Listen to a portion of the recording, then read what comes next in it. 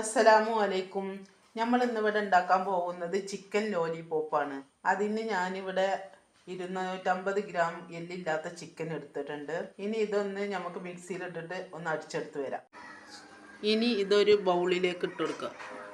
ഇനി ഇതിലേക്ക് 2 ഉള്ളി ഇട്ട് കൊടുക്കുക. 1 ടീസ്പൂൺ ഇഞ്ചി വെളുത്തുള്ളി പേസ്റ്റ്, 1/4 ടീസ്പൂൺ മഞ്ഞൾപ്പൊടി, 1 ടീസ്പൂൺ മുളക് പൊടി, 3/4 ടീസ്പൂൺ കുരുമുളക് പൊടി, 1/2 teaspoon garam masala, 4 teaspoon bread പൊടിച്ചത്. ഇനി ആവശ്യത്തിനുള്ള ഉപ്പിട്ട് നമുക്ക് നന്നായി മിക്സ് ചെയ്തെടുക്കാം.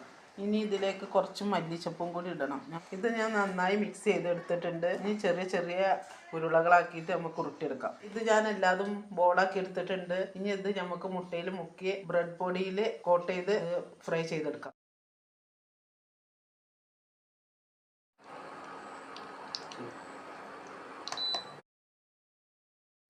ചിക്കൻ ലോലിപോപ്പ് ഇവിടെ റെഡി ആയിട്ടുണ്ട്. ഇനി നമുക്കിതൊരു പ്ലേറ്റിലേക്ക് മാറ്റാം.